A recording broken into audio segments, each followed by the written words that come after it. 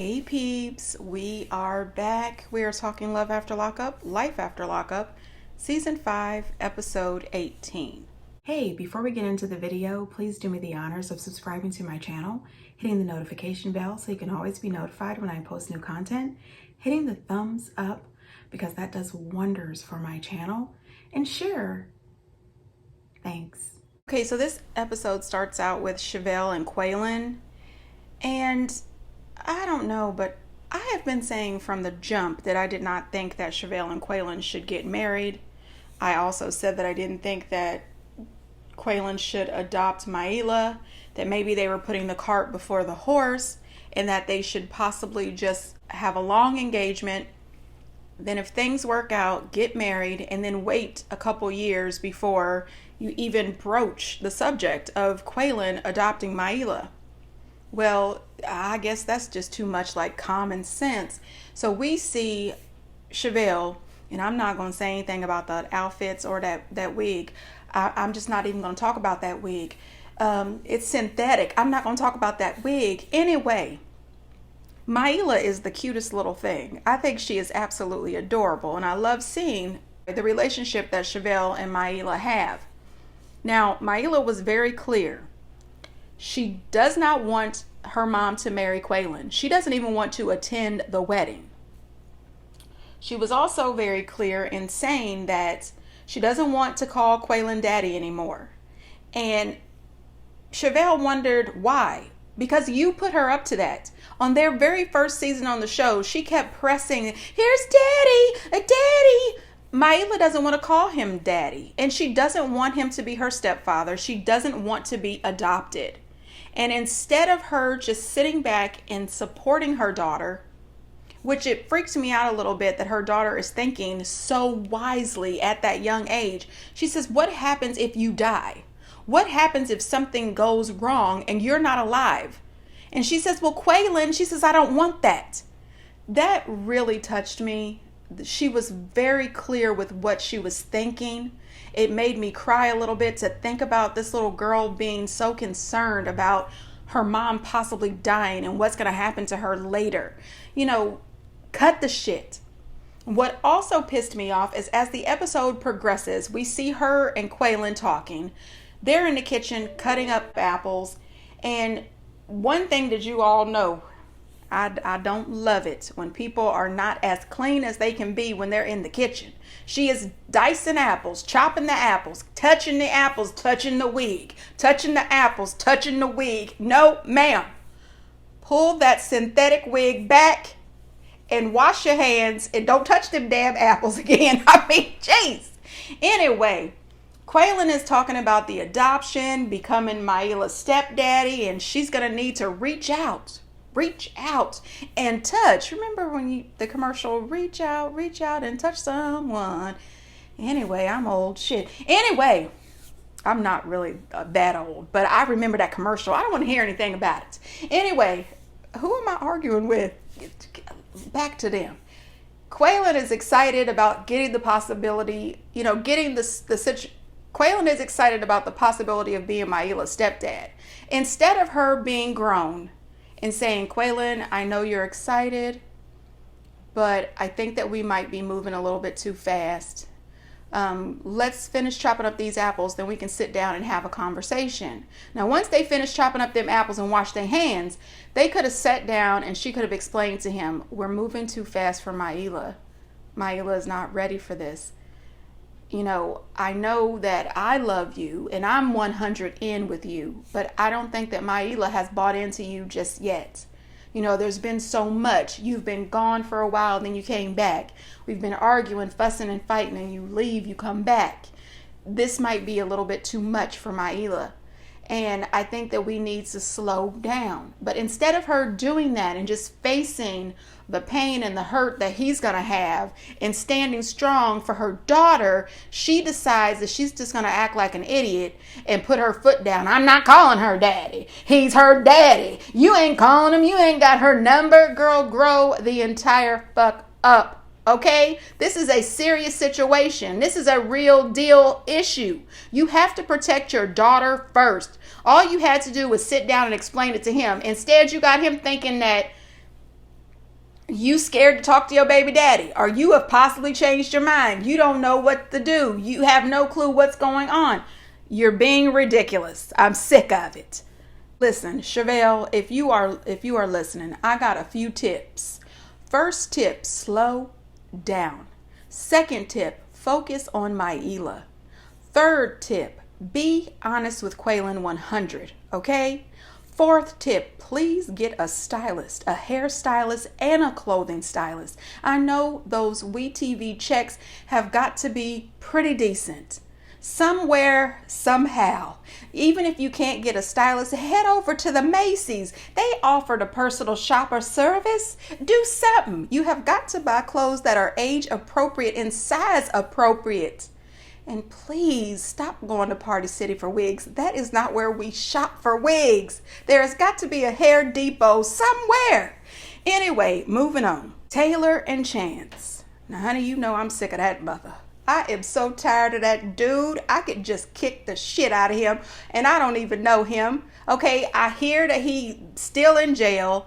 There was some kind of animal cruelty situation that came up. The girl that he was currently dating, who he was trying to have sex with, but his penis is too damn small and real skinny. Very unattractive with some kind of little bumps on it. I don't know. Anyway, why do I have a full inventory on this man's tiny penis? Anyway, listen, I hear that the girl has gone back home to her other guy, and I can't believe that jackass took her back, because I tell you, after seeing her behavior and watching her have the sex on the Twitter, no, the ex, whatever, no, okay, why did you take her back, you idiots? Okay, so anyway, Chance and Taylor are in the house. That house is like a demolition site, if you ask me. Anyway, they're in the house in the side part that I guess they was fixing up for Bobby, remember? Anyway, making one of those tables, you know, the epoxy tables, and carrying on. And he explains to her that he borrowed the money from Zach to pay Bobo, and he's going to work it off. I said, oh, God. Zach must be desperate for help, because there is no way in hell I would have ever hired Chance to pay it off. I would have never volunteered to loan him money. He must have never come into their house and seen the improvements that Chad says that he's made. Oh my God, that place is a disaster. Anyway, he tells her that he wants to have a romantic night. It's date night. And he's got his friend pulling up with this 1989, okay, maybe 96 limo that was completely dirty and dusty on the outside and on the inside. And, you know, as soon as they get on the road, Taylor says, oh, was that one of the wheels falling off? He's talking about this is an investment. Look how nice it is in here. I said, well, shit. I'm glad Faye Dunaway isn't anywhere around this bitch with a white glove, or her or Joan Crawford would tear y'all's ass up with a few wire hangers. Oh, wire hangers! Anyway, this place is dusty as hell. This thing is old as hell, and there is no way that he is getting $7,600 a week. Nobody wants to be riding around in that shit. I mean, good God, they are raising my damn blood pressure. Then he takes her to this place called Chuck-a-Burger, and they are sitting in the back of the trunk waiting for the waitress to bring out the food. Now, Chuck-a-Burger is supposed to be a place like Sonic, where you drive up and then they bring the food out to the car. Listen, I'm sick of Chance. There was not one thing that was romantic about us hanging out in the trunk of this dilapidated freaking 96 limo. Nothing, okay? Last week we talked about Lindsay being in the back of that truck. At least her truck had some nice throw pillows and some lights. I don't want to sit on the side of the truck and listen to you tell me how you're going to do good by us. You know, you don't have to be scared about anybody from prison coming back to hurt you. You don't have to worry about Bobo. I think you need to worry about Bobo. Chance was almost pissy. He was so scared of Bobo. So anyway, Jesus, why do I let these people work me up like this? You know what? I have been sick. And today was the first day that I felt a little bit better, enough to watch the show. And, you know, I cannot let these people send me back to the hospital. Anyway, let's just move on. Chance is out here filling her head with all these empty promises, and she says that she has given Chance way too many chances, and this might be his last chance. I said, girl, you know you right. You have given Chance way too many chances. He has come into your life, ruined your credit, put you in debt, gave you a new mouth to feed, and tore your damn house up. I'm just saying, girl, you fucked up. So then it says that 12 hours later, we see Taylor. She done reached out to production. Production has flown out to get to her house to find out what the hell is going on. Well, honey, listen, let me just break it on down. She says that when Chance got home from work, the first thing he did was grab her cell phone. He wanted to check her cell phone to see what she was doing. I said, oh shit, that sounds like a cheater move. Because you know when cheaters are cheating, they all of a sudden think you are too. So they're scared and want to check to see what the hell you doing to make sure you're not doing the same shit. But you got to be quick, Taylor. If you are cheating, honey, you got to be smooth with the shit. You know what I mean? I know a little bit about cheating, okay? Well, just a tiny bit. I have a past. Anyway, listen, I don't do that no more.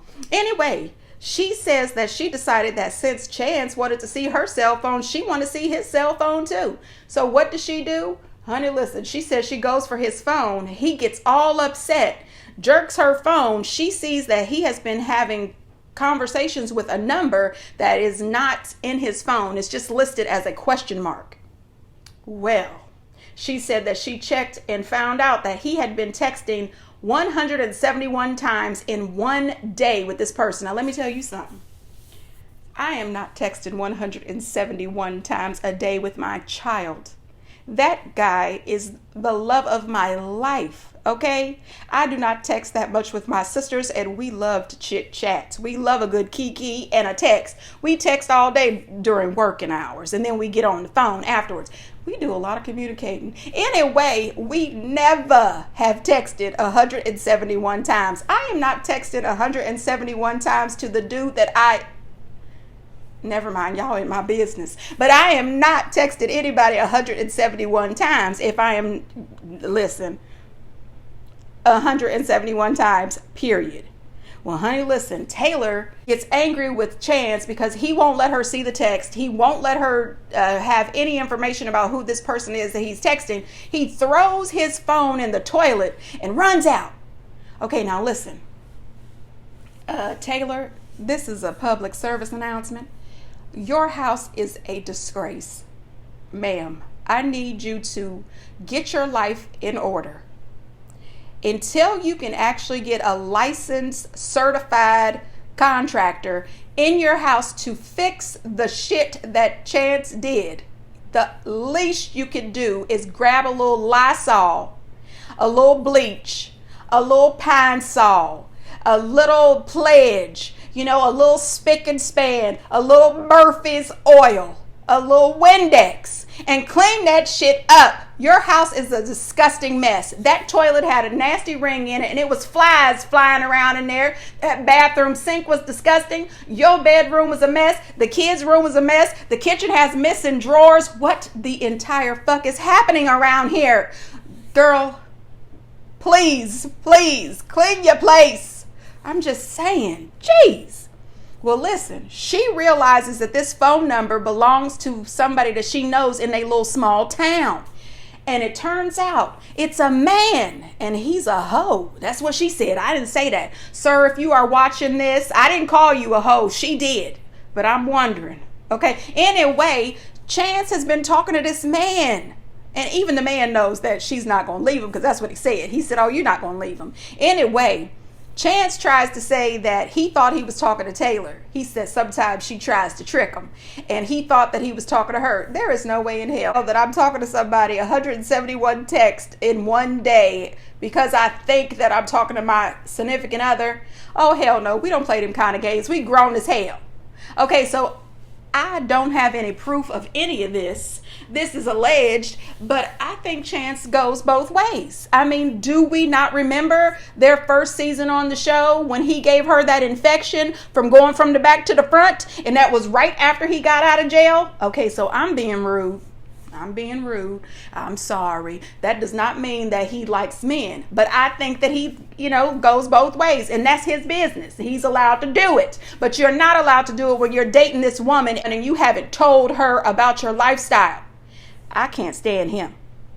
So then he calls her on the phone talking about, well, you've got everything. I put all that work into the house. I said, you mean you destroyed this woman's house? He says he put all this work into the house. I would stop saying that before you end up in court.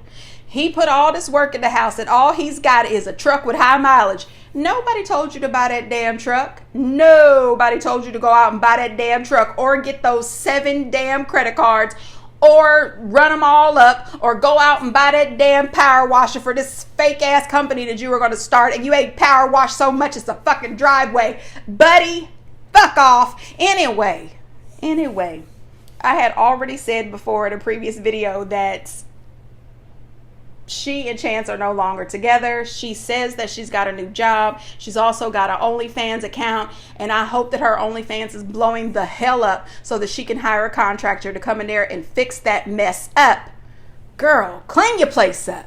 Moving on. Justine and Michael. Well, honey, listen. They are still down there in Rhode Island and they are still matching. Okay? They go over to Michael's mom's house and she has made an amazing looking breakfast. I mean, I wanted to pull up a seat. I don't even know these people and they were on TV. I mean, seriously, but it looked really good.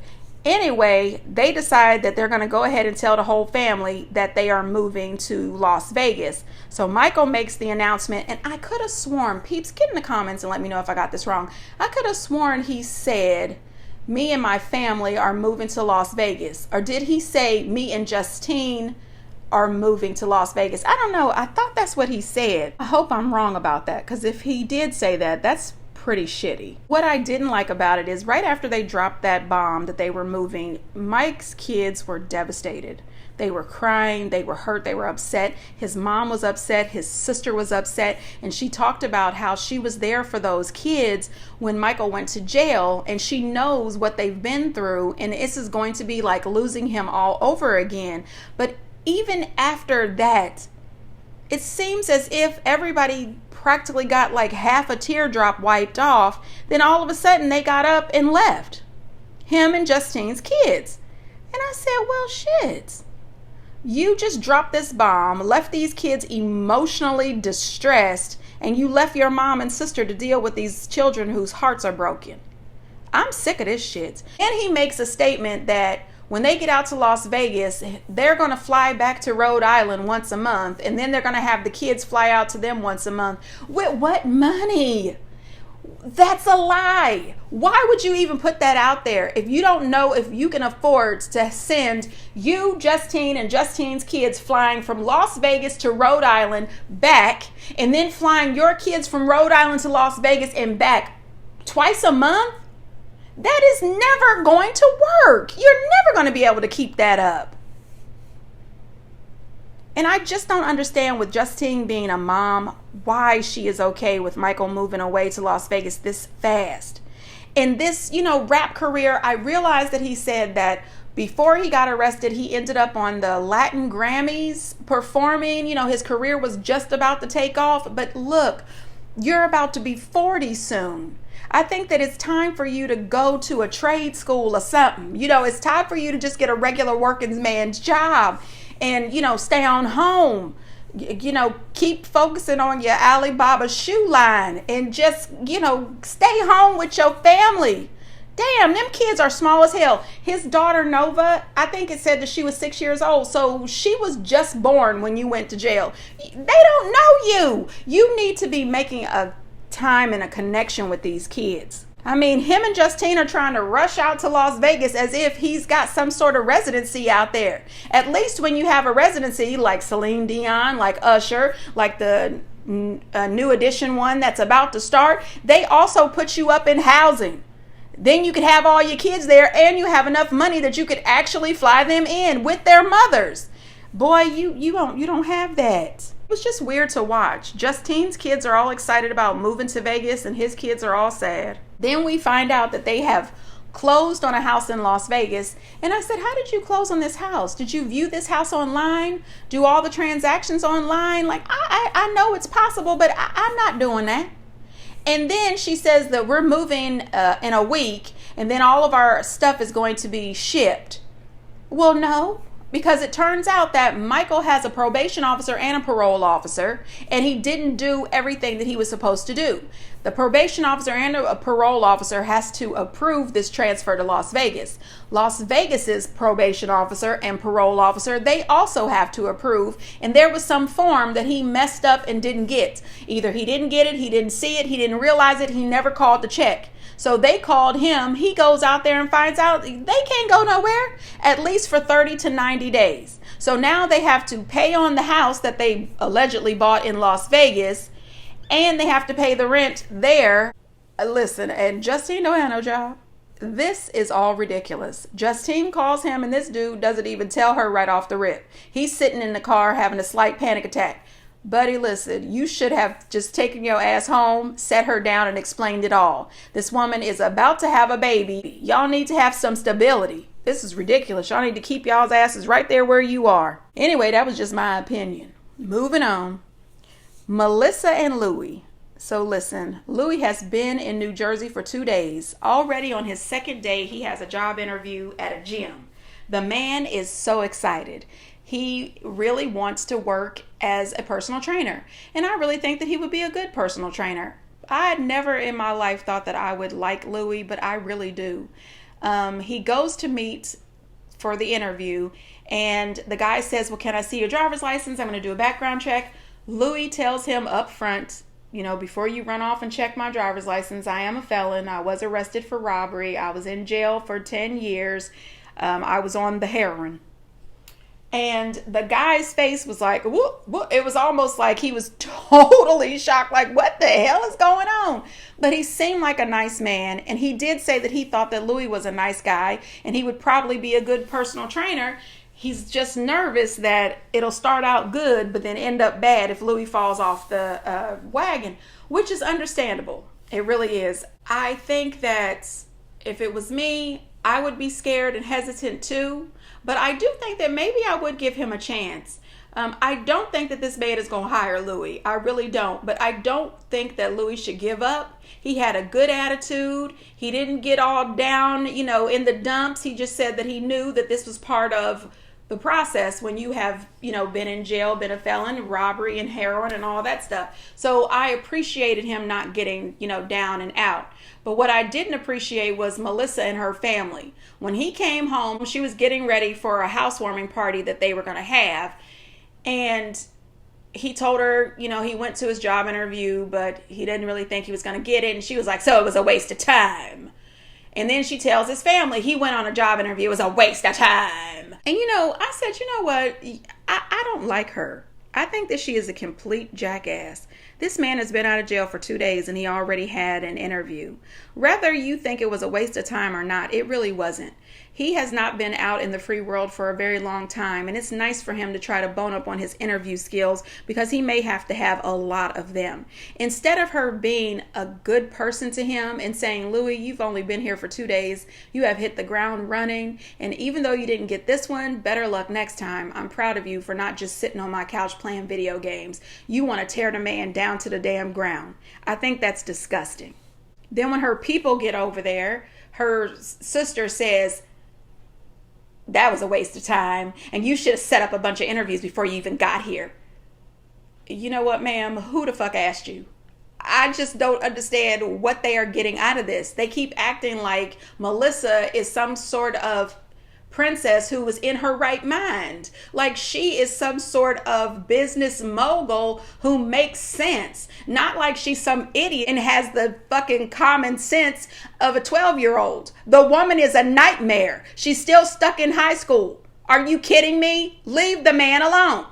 And their friend Mike, I don't know if he's their brother or their friend, their boyfriend, I don't know who the hell he is, but Team Mike. Mike says, I think you guys are being real ridiculous. You're being too hard on him. He's been here 2 days. He's already had a job interview. Leave the man alone. But no, they couldn't do that. They kept on harassing him. Then her sister asked Donna if she could talk to her, and Donna says yes. So she goes on to explain to Donna how she dated somebody who had a drug problem and it was all bad and they fell off the wagon and she don't trust him and all this stuff. Listen, I understand. I really do. A lot of times when you date someone who was a former addict, sometimes they lapse, they fall off. You go through a whole bunch of bullshit with it if you stay. You know what I mean? I get it. I get her being concerned about her sister. I understand all of that. But don't put your shit on Louis. And Louis is dating your sister, not you. He doesn't owe you shit. Okay? If the relationship doesn't work out, if he falls off the wagon, you be there for your sister. You help her put his ass out. But in the meantime, the least you can do is try to be respectful to this man. You are treating him like shit for no reason. To me, her sister was absolutely projecting on Louis. And, you know, it sounds like you have some problems, ma'am. You might need to get some therapy over your relationship and how that worked out. You know, Mike told them, you guys have your expectations way too high for Louis. And if I had the opportunity to talk to Louis, if you are listening in the bushes, let me tell you something. You deserve better than this. All of this treatment from her family, all this back and forth, this is not good. It's not good for him. I mean, this could lead him to drinking, and drinking could lead to something else. You know what I mean? They are ridiculous. And let the record reflect that Melissa is the one that went after him. She is the one that tracked him down on Facebook. You are delusional as hell if you think that he is about to be the senior vice president over the PNC Bank. He is not. You know, I appreciated Donna this episode. She stuck up for her son. And she even went to Melissa's dad, who was being a complete jackass, and asked him to please give her son a chance and watch out for him. You know, I still think that Donna is about to, move to New Jersey. I think she's going to sell her house and move to New Jersey ASAP. She even told Louis, if you ever need me, just call me. I sell my house and move to New Jersey. I think she's probably already in touch with a realtor. Throughout this whole thing, I just could not understand the rudeness between Melissa and her two sisters. Y'all are not the Kardashians. I don't know where you think you stand in the pecking order, but as far as I'm concerned, Louis is above all of you. You guys are acting like jackasses, and he was the one being calm and friendly. He's been taking all this bullshit for no reason. He doesn't deserve it. I'm sick of it. Moving on. Lindsay and Blaine. Now, honey, listen. I still think that they are scripted. I don't believe Lindsay and Blaine's storyline for nothing. I'm sick of them. So Lindsay tells Miley that she and Blaine are engaged, that she asked Blaine to marry her. And Miley says, you asked him? And she says, well, he was taking too long. And Miley said, okay, so if this guy was taking too long, that means he doesn't want to marry you. So you asked him, why would you do that? And she says, it's okay for a girl to ask a guy. Miley says it just doesn't seem normal. She says, we're not normal. She says she's tired of being a girlfriend. Miley says, so you're settling? I mean, Miley's got the sense. Miley is doing a good job raising Lindsay's ass. She really is. She learned a lot from Grandma Brenda. Miley then tells her that she could do so much better than Blaine. Lindsay gets a little bit offended by it, and then she's saying that she wants to get married in about a month. And Miley said, are you pregnant? I said, well, shit. Miley is asking all the good questions. Listen, Lindsay is full speed ahead. She is doing her very best to try to get this wedding going. She wants to get married ASAP because she doesn't want to do them 40 years in prison without having a husband. Girl, bye. I'm sick of her. I don't think that Blaine really wants to get married, and I don't think that he wants to get married that fast. Then we find out that she went a couple weeks earlier and got an IUD and didn't tell this man about it and knows that he wants to have kids, which we already know. We've seen his one son. He has another son too. So he's already got 2 children. I think that it sucks that Miley told you that she didn't want you to get married to Blaine and you just started to have a true parenting relationship with Miley and you went ahead and asked Blaine to marry you. It's another mom who's not acting right. Then she tells Miley that she's able to be sober because of Blaine. That's not good.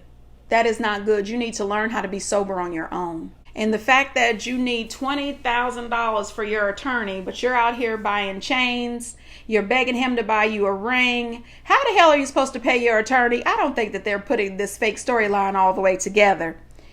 Listen, I'm sick of them. Anyway, peeps, get down in the comments and let me know what you think. And until next time, bye.